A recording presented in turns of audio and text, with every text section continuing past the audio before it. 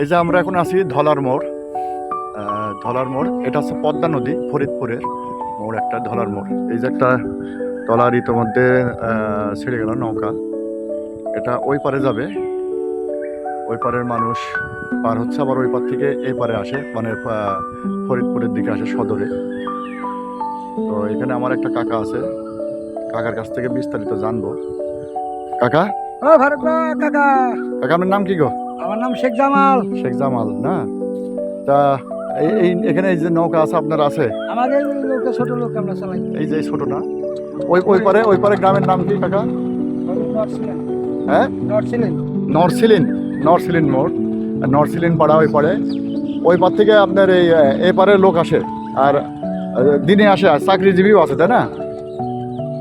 দিনে কেমন লোক যাতায়াত করে আপনার?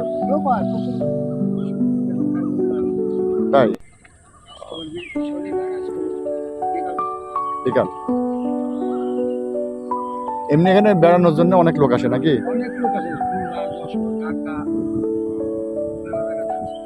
বন্ধুরা, আপনারা আসলে এই জায়গায় ঘুরবেন, ধলার মোড়। ছোট ছোট নৌকায় এখানে ঘোরা যায়। এই যে এখন যে পানিটা দেখছেন, এটা জোয়ারের পানি, এই পর্যন্ত আসছে, অনেক সুন্দর। এটা পদ্মা নদীর শাখা আর কি। নাম ধলার মোড়, মনে রাখবেন সবাই।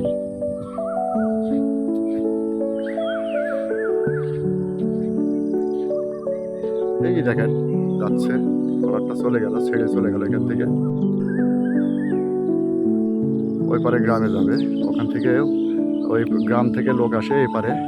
অনেকে চাকরিজীবী আছে, অনেকের ব্যবসার জন্য আসে, বাজারের জন্য আসে।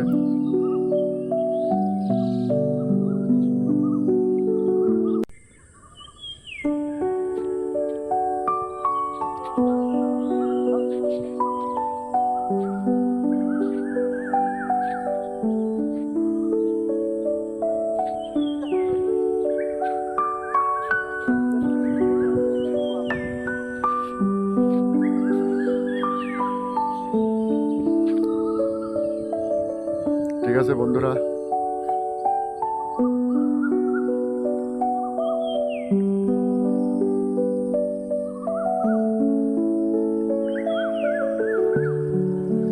তো বন্ধুরা, এখানে আসতে হলে অবশ্যই আপনারা একটু সময় নিয়ে আসবেন। আর এখানে অনেকগুলো নৌকা পাবেন, যে নৌকা দিয়ে ওই পারেও যেতে পারবেন। ওই পারে কাশবন আছে, কাশবন ঘুরে দেখতে পারবেন।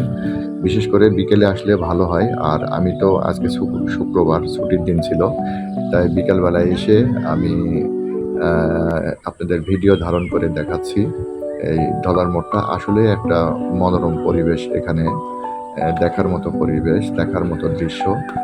গ্রামগঞ্জের এমন দৃশ্য সবাইকে মনোমুগ্ধ করে, সবার কাছে ভালো লাগে। আর গ্রামগঞ্জের ভিডিও দেখতে আমার পাশে থাকবেন। যদি আমার এই ভিডিওটি ভালো লাগে তো অবশ্যই আমার পেজে ফলো দিয়ে রাখবেন। পাশাপাশি লাইক, শেয়ার, কমেন্ট করবেন, যাতে করে পরবর্তী ভিডিও বানাতে আমি আরও উৎসাহ পাই আপনাদের কাছ থেকে। তো বন্ধুরা, এখানে অবশ্যই আপনারা বর্ষার মৌসুমে আসবেন। বর্ষার মৌসুমে আসলে নদী ভরাট থাকে, দৃশ্যগুলো অনেক ফুটে ওঠে এবং দেখতে অনেক ভালো লাগে। সবুজ অরণ্য প্রকৃতি, কার না ভালো লাগে। তো বন্ধুরা, আজকে আর ভিডিও দীর্ঘায়িত করব না, আজকের মতো এখানে বিদায় নেব। ততক্ষণে আপনারা সবাই ভালো থাকবেন, সবার জন্য শুভকামনা রইল। তো ধন্যবাদ। পরবর্তীতে আবারও কোনো নতুন একটা ব্লগ নিয়ে আপনাদের সঙ্গে হাজির হব। ততক্ষণে ভালো থাকবেন।